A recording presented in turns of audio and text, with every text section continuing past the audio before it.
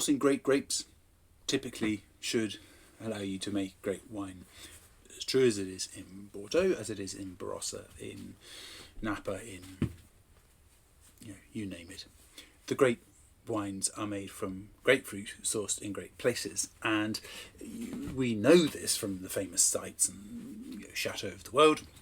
What we often don't think of are regional blends providing amazing wines. And of course the great exception to that is what happens a lot in, well, no, it happens everywhere, but look, one of the overlooked examples is in Australia. And then people say, oh yeah, but of course Granger's is an interregional blend of just the best and oldest Shiraz vines. Yeah. So who else does something similar? In fact, lots of people do something similar. And some of the top wines from the top estates and the top names in Australia do similar things. This is a Barossa Shiraz that is a blend of different sites, different estates, grown by different growers, some of which are the most extraordinary age and quality of vines that you'll ever come across. They reckon that one of them was planted in 1885. Mad that it's still growing grapes that could be used in wine, and the quality is off the charts, as you can tell when you try the wine. But that practice is quite common because it's a way of acknowledging that not every one person might have the answer as to the best source of fruit. So you gather it from wherever you can, and you will make an amazing wine at the end. And that's what Peter Lehmann. It's actually what Peter Lehmann stood for. He recognised that the greatness of Barossa fruit was something that needed to be secured, so he made that contract with suppliers back in the late 70s, when they were facing dire straits and it was bad times for everybody. So he said, look, if I can make wine, I'll sell it, your grapes, and I'll guarantee you a future. And that's where that name of his, Futures Shiraz, comes from.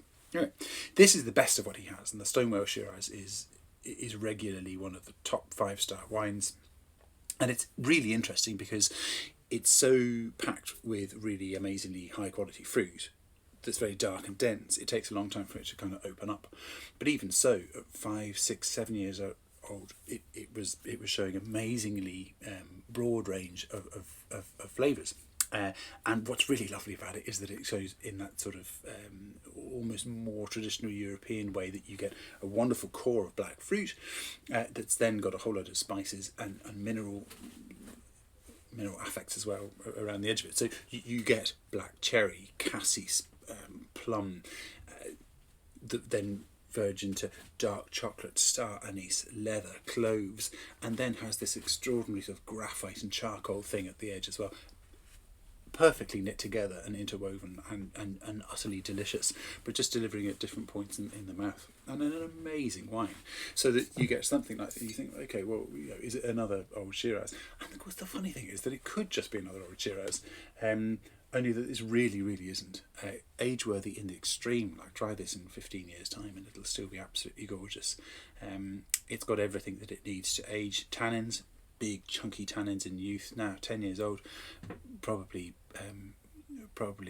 soft enough for most bits of food anyway. 14.5% alcohol, and that's be careful, but it's absolutely stunning, and a really interesting version of what vineyard selection can do when you give it time. I would say that you'll absolutely love it.